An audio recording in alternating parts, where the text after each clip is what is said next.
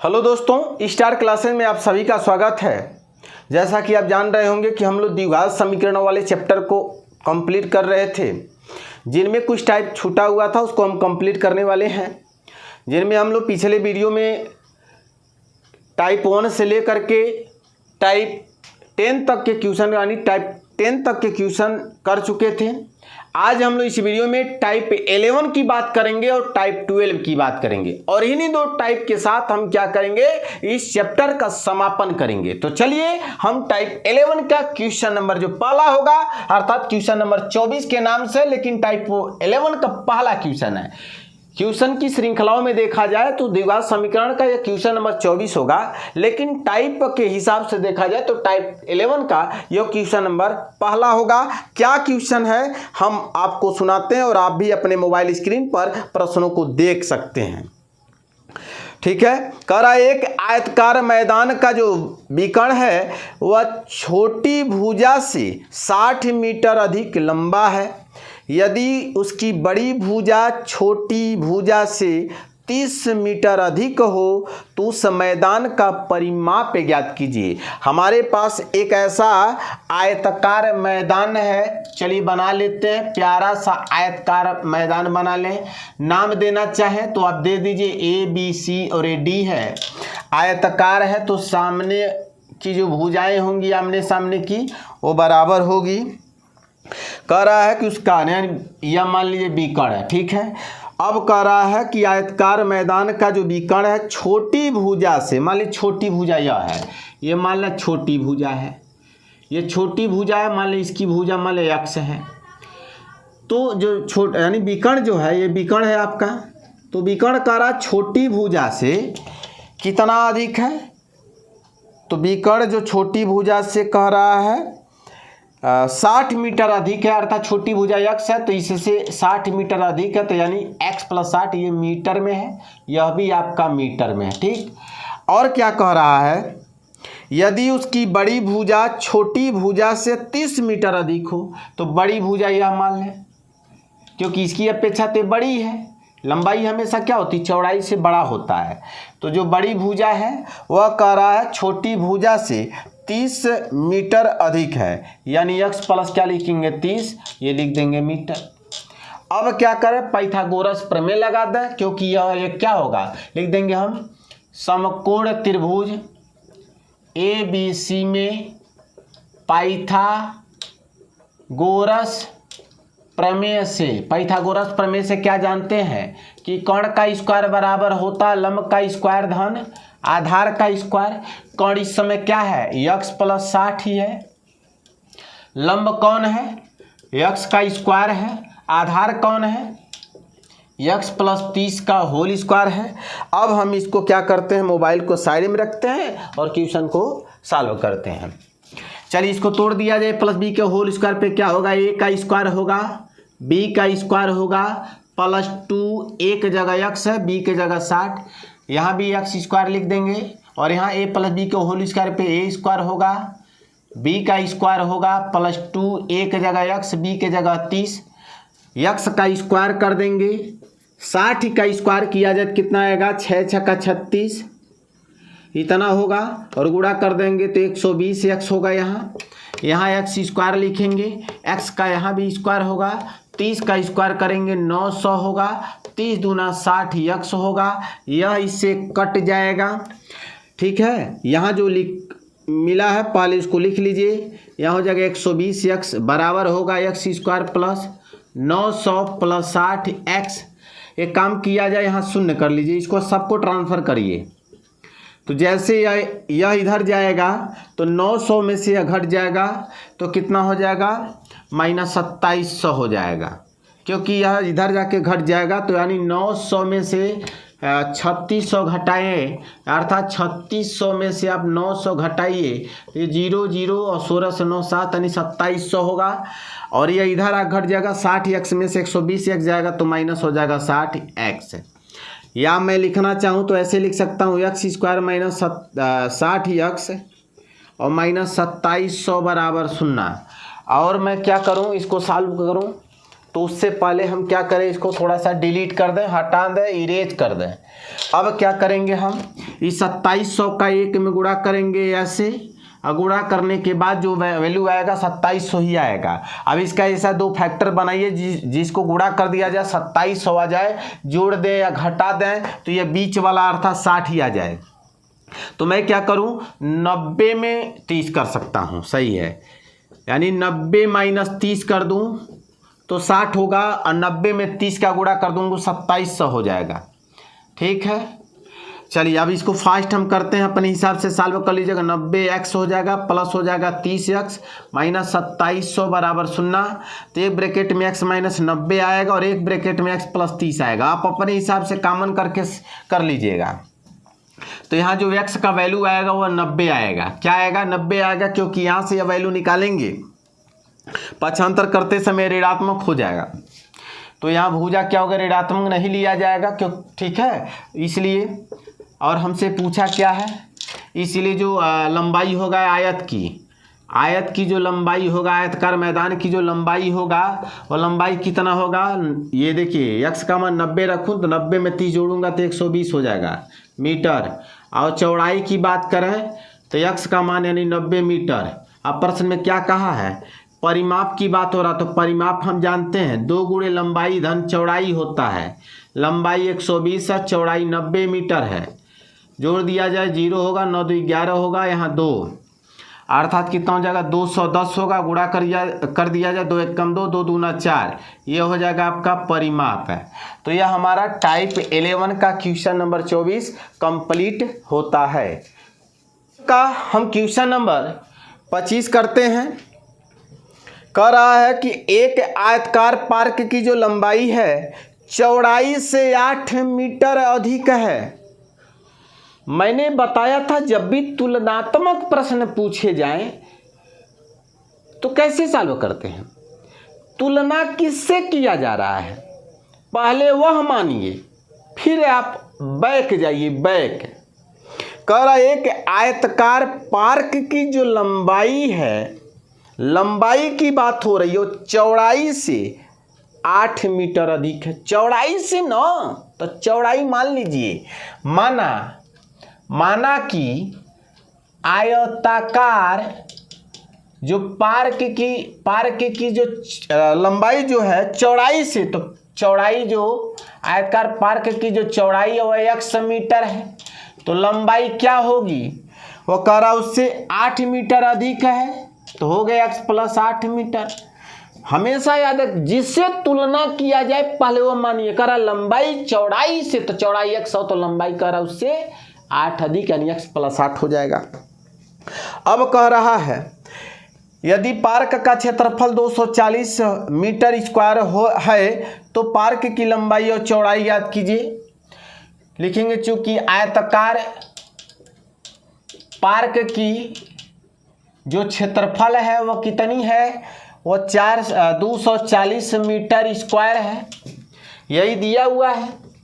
तो हम जानते हैं आयताकार पार्क का जो क्षेत्रफल होता है लंबाई गुणे चौड़ाई होता है। तो लंबाई समय x प्लस 8 है, चौड़ाई x है, बगल में 240 है, गुणा कर लें x स्क्वायर प्लस 8x बराबर 240 होगा। ट्रांसफर कर लें तो x square plus 8x minus 240, इसको हल कर लीजिएगा। हल नहीं करेंगे, x के मान जो भी आएंगे देख लीजिएगा। अगर एक धनात्मक और एक ऋणात्मक आएगा तो ऋणात्मक वाला पद आप छोड़ दीजिएगा, धनात्मक आगे आप लेकर के चलिएगा। तो x का जो मान आएगा वह चौड़ाई का वैल्यू होगा, लंबाई ज्ञात करने के लिए 8 उसमें जोड़ दीजिएगा। ठीक है, तो बस इतना ही। चलते हैं अगले क्वेश्चन की तरफ। टाइप नंबर 12 की क्वेश्चन नंबर पहला होगा। टाइप नंबर 12 का जो क्वेश्चन नंबर पहला होगा, लेकिन प्रश्नों को श्रृंखलाओं की हिसाब से देखें तो ये क्वेश्चन नंबर 26 होगा। वो क्या कहता है कि 2 क्रमागत धन सम संख्याओं के वर्गों का योगफल 244 है, तो संख्या ज्ञात कीजिए। 2 क्रमागत धन सम संख्याओं के, हम पूरी क्वेश्चन को नहीं सॉल्व करें क्योंकि इस प्रकार के क्वेश्चन को हम लोग पीछे भी कर चुके थे। तो मान लेंगे, माना कि 2 क्रमागत धन सम संख्याएं क्रमशः 2x + 2 2x + 4 है। प्रश्न से क्या कह रहा है, इनके वर्गों का योगफल 2x + 2 का होल स्क्वायर कर दीजिए और 2x + 4 का होल स्क्वायर कर दीजिए और दोनों का योगफल कह रहा है कि 244 है। तो आप अपने आप से अपने स्वतः सॉल्व करिएगा, नहीं कर पाइएगा तो बता दीजिएगा कमेंट बॉक्स में, हम इसको दोबारा सॉल्व कर देंगे। क्वेश्चन नंबर 26 के बाद 27 की तरफ बढ़ते, क्योंकि इजी है भाई, ऐसा क्वेश्चन हम पीछे किए भी हैं। 3 क्रमागत धन पूर्णांक इस प्रकार है कि प्रथम पूर्णांक के वर्ग तथा दूसरे और तीसरे के गुणनफल 191 है। इन पूर्णांकों को ज्ञात कीजिए। 3 क्रमागत धन पूर्णांक, तो माना कि 3 क्रमागत धन जो पूर्णांक हैं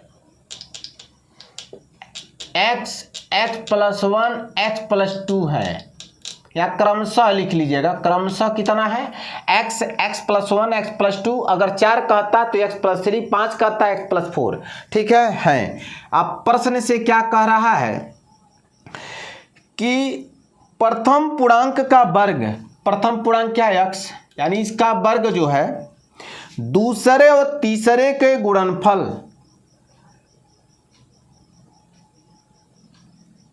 कर प्रथम पूर्णांक का के वर्ग तथा दूसरे और तीसरे के गुणनफल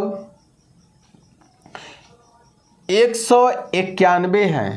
क्वेश्चन में डाउट लग रहा है, थोड़ा सा इसको हम क्वेश्चन को मैच कर लें, क्या यह क्वेश्चन में पूरी इंफॉर्मेशन दिया गया है कि नहीं। क्वेश्चन में थोड़ा सा अधूरा लिखा है, इसको थोड़ा सही कर लीजिएगा। आपके मोबाइल स्क्रीन पे क्वेश्चन है, पढ़िए। कह रहा 3 क्रमागत धन पूर्णांक इस प्रकार है कि प्रथम पूर्णांक के वर्ग तथा दूसरे और तीसरे के गुणनफलों का योगफल 191 है। यहाँ सिर्फ गुणनफल दिया, इसके शब्द के आगे जोड़ लीजिएगा, गुणनफलों का योगफल 191 है। 3 पूर्णांकों को ज्ञात कीजिए, अर्थात पहले का जो वर्ग है और दूसरे और तीसरे का जो गुणनफल यानी x + 1 हुआ और x + 2 हुआ, इन दोनों के गुणनफल और पहले के वर्ग का योगफल करा दोनों मिला करके 191 है। प्रश्न में यह है, थोड़ा सा इसको टाइप करते समय ध्यान नहीं दिया गया है तो इसको आप सुधार कर लीजिएगा। चलिए हल करते हैं। बाकी हम गुणा करना जानते हैं, गुणा आप कर लीजिएगा।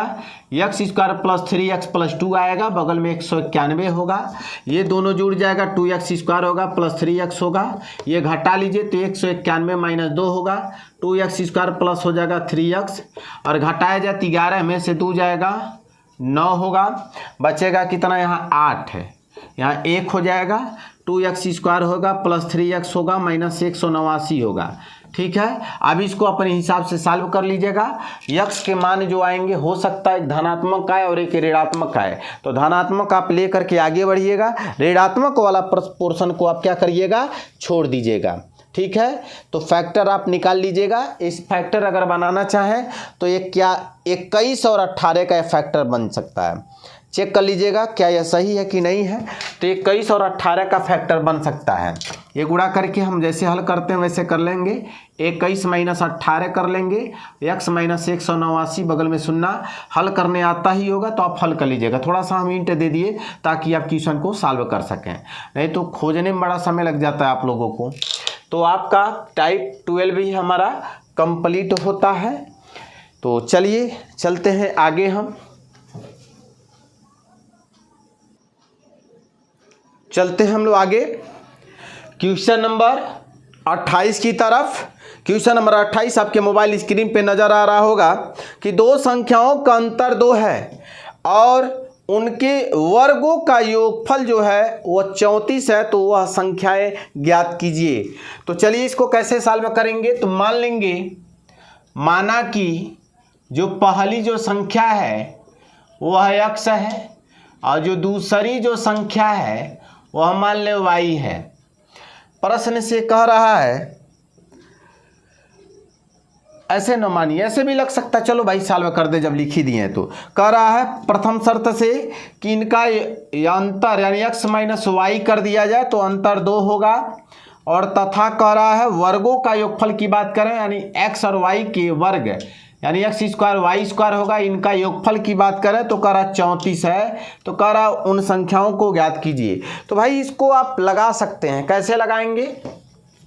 ये उठा लीजिए समीकरण 1 से, समीकरण 1 से उठाए तो x माइनस वाई बराबर 2 होगा। दोनों पक्षों का वर्ग कर दीजिए, दोनों पक्षों का वर्ग करने पर जैसे वर्ग करेंगे तो x माइनस वाई का होल स्क्वायर बराबर 2 का स्क्वायर आएगा, यानी x square plus Y square minus 2x Y होगा, बगल में 2 दूना 4 होगा। इसका वैल्यू हमारे पास दिया है 34 है। इसको और भी तरीके से सॉल्व कर सकते हैं, भी मैं करके भी दिखाऊंगा। ये इधर चला जाए और ये इधर चला जाए तो 34 माइनस 4 बराबर होगा 2x वाई, अर्थात 2x वाई का वैल्यू आ जाएगा कितना 30। तो x वाई का वैल्यू आएगा आपका 15। ठीक है, यहाँ देखिए माइनस में दिया है वैल्यू और एक इंटू में दिया हो। जब भी प्लस और माइनस में वैल्यू यानी माइनस में दिया और इंटू में दिया हो तो आप क्या करिए, यह फार्मूला याद रखिएगा, x प्लस वाई का होल स्क्वायर बराबर x माइनस वाई का होल स्क्वायर। अब माइनस नहीं प्लस 4x वाई लगाएंगे। ठीक है, ये सूत्र आपको याद रखना है। इसका वैल्यू यहाँ से रखिए तो 2 का स्क्वायर होगा प्लस 4x वाई का वैल्यू देखा जाए तो 15 है। तो x प्लस वाई का होल स्क्वायर 2 दूना 4, 15 चौको 60, x प्लस वाई का होल स्क्वायर बराबर होगा जोड़ा जाए 64 होगा, अर्थात x प्लस वाई का वैल्यू निकाले तो 8 होगा। समीकरण मान लें 3 है। अब क्या करें हम, समीकरण 1 धन 3 कर दिया जाए। अगर मैं जोड़ दूँ समीकरण पहले को तीसरे के साथ तो y से y कट जाएगा, x मिलके 2x होगा, और 2 के साथ 8 जुड़ जाएगा 10 होगा। x का मान आ जाएगा 5 आएगा। अब x का मान 1 में रख दिया जाए, चलिए 1 नहीं 3 में रख दे रहे हैं। 3 में जैसे रखेंगे x की जगह 5 तो 5 ही जरा घट जाएगा तो y का मान आ जाएगा 3। इसलिए वह संख्या जो होगा वह क्या होगा, संख्या यानी x का मान हो जाएगा 5 और y का मान हो जाएगा 3, अर्थात हमारी पहली संख्या होगी 5 और दूसरी संख्या होगी 3। ठीक है, आप चाहते हैं तो इसको और भी तरीके से लगा सकते हैं। चलिए हम दूसरे टाइप की तरफ बढ़ते हैं, इसको किस प्रकार से और भी मेथड से लगाया जा सकता है। ठीक है,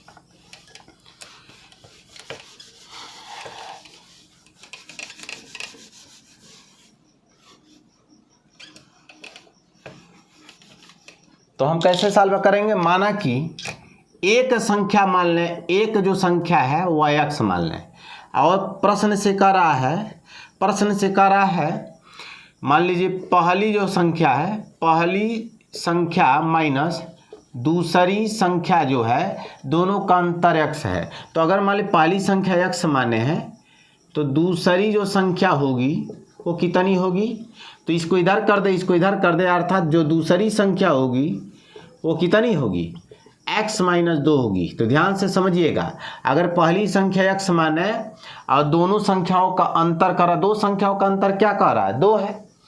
अब मान लो उनमें से एक संख्या अगर मैं x मान लूँ तो उसकी जो दूसरी संख्या होगी वह क्या होगी, x माइनस 2 होगी।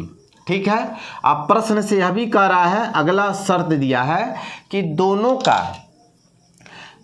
का क्या कह रहा है भाई, दोनों के वर्गों का योगफल 34 है, अर्थात x का स्क्वायर कर दीजिए और इसका भी स्क्वायर कर दीजिए, x माइनस 2 का स्क्वायर कर दीजिए। तो कह रहा है दोनों का योगफल 34 है, तो ये संख्या ज्ञात कीजिए। हल कर लीजिए, x स्क्वायर होगा, इसको तोड़ दिया जाए, x स्क्वायर प्लस 4 होगा माइनस 4x होगा, आप अपने हिसाब से हल कर लीजिएगा। यह हो जाएगा 2x स्क्वायर होगा माइनस 4x होगा, और ये इधर घट जाएगा, हो जाएगा 30 है। 2 से भाग दे दीजिए तो x स्क्वायर माइनस 2x होगा, बगल में हो जाएगा आपका 15। ये इधर आ जाए तो x स्क्वायर माइनस 2x होगा माइनस 15, बगल में 0। हल कर दिया जाए तो x स्क्वायर हो जाएगा, 2 लाना है तो यानी 5x कर लें प्लस 3x कर लें माइनस 15, बगल में 0। तो x माइनस 5 एक कोष्ठक में और एक कोष्ठक में x प्लस 3 आएगा, बगल में 0, यानी x का मान आएगा 5 और x का मान आएगा माइनस 3। तो माइनस 3 तो अमान्य हो जाएगा क्योंकि ये ऋणात्मक हो जाएगा, इसीलिए जो पहली संख्या होगी वो पहली जो संख्या होगी वो कितना होगी 5 है, पहली संख्या 5। और दूसरी संख्या की बात करें, दूसरी जो संख्या होगी वो 5 यहाँ रखा, 5 में 2 जाएगा, कितना जाएगा 3 होगा। तो ये हमारा टाइप नंबर 12 के साथ अध्याय हमारा जो द्विघात समीकरण वाला चैप्टर जो चल रहा था वो होता है कंप्लीट। ठीक है, बस इतना ही। अगली वीडियो में हम लोग एक नए अध्याय की बात करेंगे और शानदार तरीके से उनको समझने का प्रयास करेंगे। तो चलिए, जय हिंद, जय भारत।